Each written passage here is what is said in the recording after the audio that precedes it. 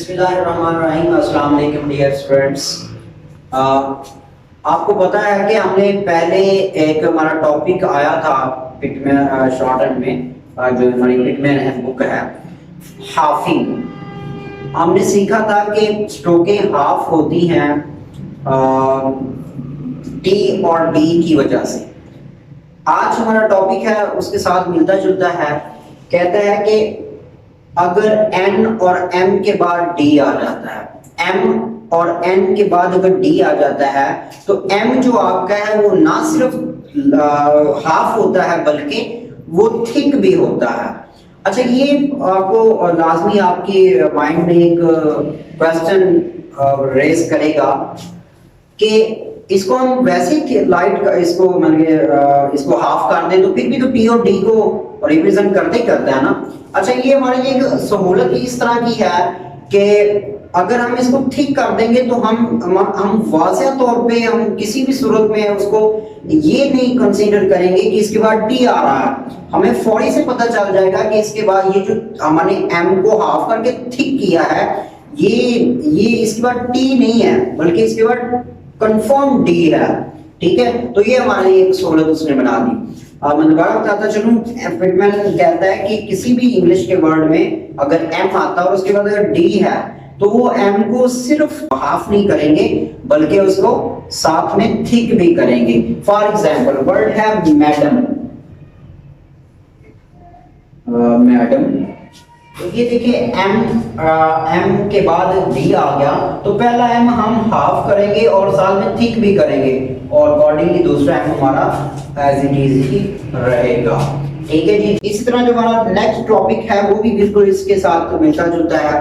कहता है कि एल के बाद अगर डी आता है बिल्कुल साथ, कोई वावल नहीं इसमें अगर दरमियान में आता तो फिर हम क्या करते हैं, वो एल को डाउनवर्ड हाफ करते हैं और साथ में थिक भी करते हैं। उस एल को डाउनवर्ड हाफ करेंगे और थिक भी करेंगे।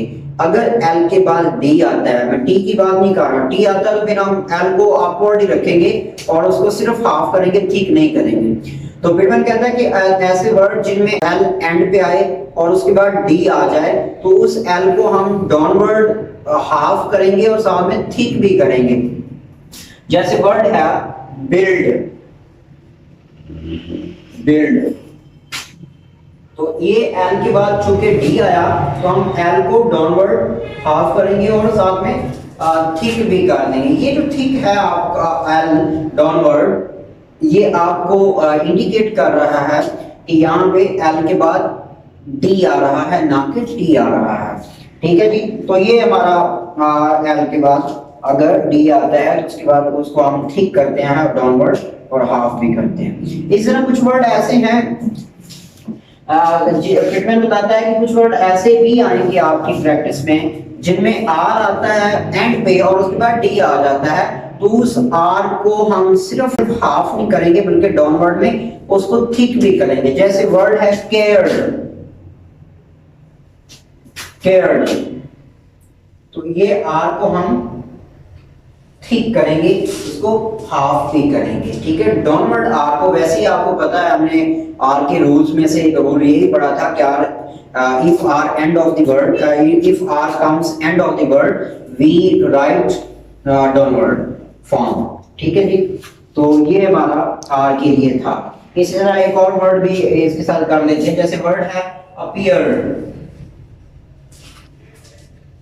अपीयर, तो इसके लिए हम क्या करेंगे और आर को डाउनवर्ड थिक कर देंगे। ठीक है जी। आर एंड पे अगर आता है और उसके बाद डी आ जाता है तो उस आर को ना सिर्फ हम हाफ करेंगे बल्कि उसको डाउनवर्ड में थिक भी करेंगे। ठीक है जी। तो ये हमारा आर का टॉपिक था। इंशाल्लाह नेक्स्ट एक टॉपिक जो इसके बिल्कुल साथ ही मिलता जुलता है कल हम हाजिर होंगे। कल तक के लिए आप इजाज़त दीजिएगा। अल्लाह हाफ़िज़।